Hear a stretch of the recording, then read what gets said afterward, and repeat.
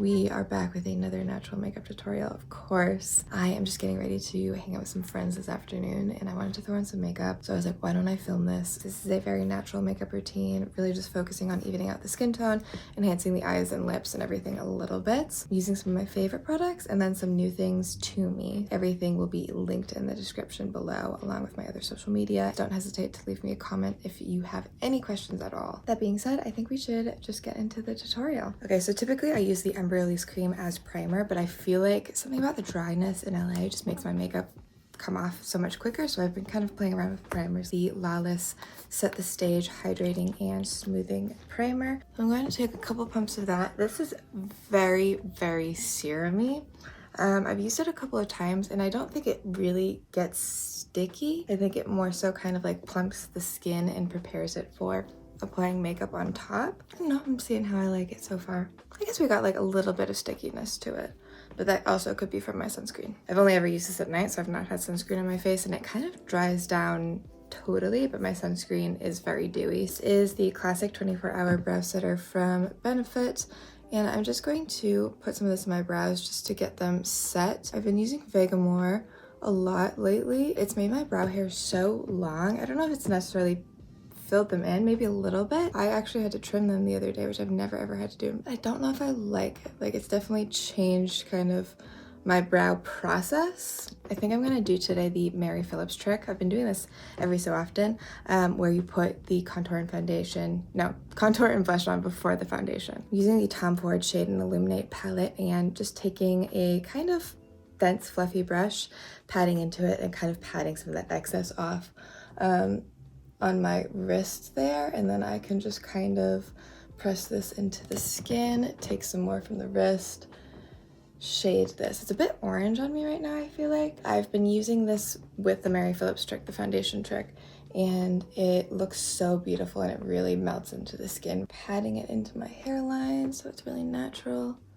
I really love this brush. This is actually a Sigma multitasker brush. Don't think I had ever used this before, like 2 weeks ago, and I started using it for this specifically and I was in love. This is a Makeup Forever cream blush. I can't tell what number it is, but I'll put it in the description. Should use a mirror. Okay, that's pink. Play around with this a little bit. I'm going to go a little bit more intense on the blush. And what I'd like to do with blush is just put a little bit here and on the top of my forehead just to add some dimension. I'm going to take a little of the bronzer from the Tom Ford. Oh, I have eyelash glue that's stuck. A little bit of this just in the crease just to kind of like, again, add dimension. I love to say add dimension. Can't tell if it's this product or the primer that is not mixing well with my eye cream. I couldn't think of the word. I think it might be the primer because it's kind of pilling up a bit. And I don't think it's the Tom Ford product because I do this a lot and I've never had the pilling up. This is the Say Slip Tint. I love this stuff so much, especially having dry skin. This also has SPF 35 in it, which is really nice. So I'm gonna put some of this on the back of my hand. I just kind of spread it out to give it a little bit more surface area, and then I'm taking this fluffy brush and picking up a little bit of that product and very lightly dusting this over my skin. I couldn't think of a good word, and I don't think that is what I wanted to say, but blending, buffing is the word I wanted. See how much that's all blended out and like how dewy my skin looks now? It's beautiful. I love this stuff so much, and I really like applying it like this because it can get a little heavy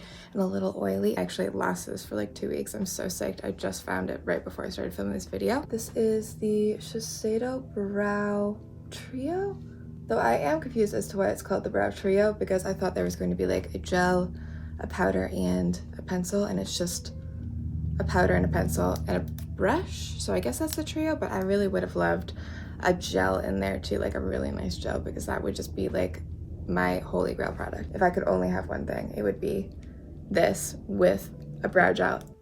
A little bit of the brow powder there. So I obviously use the brush, so I like the brush part, so I can't hate on that. So eyes today are gonna be really simple. This is a Shiseido eyeliner. It's this super, super, super thin liner, so it's really easy to do thinner wings like this. And then I'm just gonna connect it. And I like to use a clean brush and just kind of extend it You can also do this with your finger. I do that a lot, but I feel like the brush kind of pulls at the eye less, so I've been starting to use it more. So both sides done. I feel pretty good about that. It doesn't have to be perfect. I think I saw in the Mary Phillips technique that she does concealer before foundation, but I'm doing concealer now because I wanted to get that eyeliner done before I'm putting any concealer on. I'm so excited about this. This is the Sublimage Chanel concealer, and this is in the shade 20. So pop it open. First thing I'll say is beautiful packaging. This part a little bit messy. I'm going to have to be honest about this. Definitely not a product I would travel with, but it is really beautiful. Like, let me just show you. Let me put some on and show you. Using a little spatula to take some out. Comes with the most adorable brush. This is so soft. So I'm just going to take some of that like that. And then let me show you. Look at that. A little bit of this goes so long. Look at that. I already know I took too much concealer out. Like, look at the difference. I barely put any on. It covers up so well. It's hydrating. You have the Sublimage actives in there as well. Very excited about this. I've been dying to try this product, and this is probably like the third or fourth time I've used it. Yeah, the first time I used this product, I put some on with no other makeup on, and I actually forgot that evening that I put it on, so I went to do my normal, like, reusable cotton pad, micellar water to get the gunk of LA off and the sunscreen off, and makeup came off on it, and I was like, oh, I completely forgot that I had anything under my eyes. It looks like skin. Put it around my nose. Look at that. I still have that much left on here. And now I'm actually going to let this sit on my skin and let some of that cream kind of soak in a bit before I set it. A little bit more blush. I always feel like I have to add more blush after concealer, but I do love putting it on before concealer because I feel like it adds a little bit of brightening help to my under eyes. This headband actually kind of hurts. I love headbands, but I feel like whenever I wear them, it's always right here. I have such a hard time with it. Now I think I'm gonna do mascara even before I set my eyes. This is the Unlocked Instant Extensions mascara from Hourglass. This does those like lash tube things. I used this a few times when I first bought it, but it's been a minute since I picked it up again. I think it did a really good job of separating and lengthening my lashes, but I don't know if I necessarily love how it's separated my lashes. I feel like that very first coat is really nice on the lashes, but if you try to build it up, they start to kind of like clump together a little bit. Let me see if I can get a brush and brush them out. I'm struggling with this mascara so hard. Okay, this side looks good, I feel like, except for a couple parts, like this thick lash right there. Oh my god, now I'm just making it worse. Okay, I'm gonna put the mascara away. I need to take it off my eyes. This looks so bad. It looks so bad. It looks so bad. So this side, in my opinion, does actually look great. So this is just gonna be like a mascara wear test. I'm going to put the L'Oreal Double Extend Lash Tubes on my left eye and see how they look together. I do feel bad about it because a friend recommended it to me, so I wanna like it. Okay, so this is the primer side and kind of fluff up the lashes. Oh my god, you know what it is? I've been using the Vegamore lash serum. I don't think it's the mascara, I think it's me. I'm having a hard time with my lashes because they're so much longer, because I'm not loving how this is applying either. Things are sticking together weird. Oh my god, it's totally me. I'm the problem.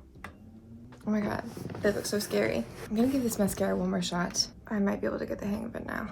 Alright, let's try this again. A little bit on my lower lashes. It looks really nice on the lower lashes. Okay, let's do this fast. I'm gonna kind of work in like sections of my eye. Okay, there we go. That's so much nicer, right? You just kind of have to work fast. You need to work like across in sections. Maybe because it's so dry here.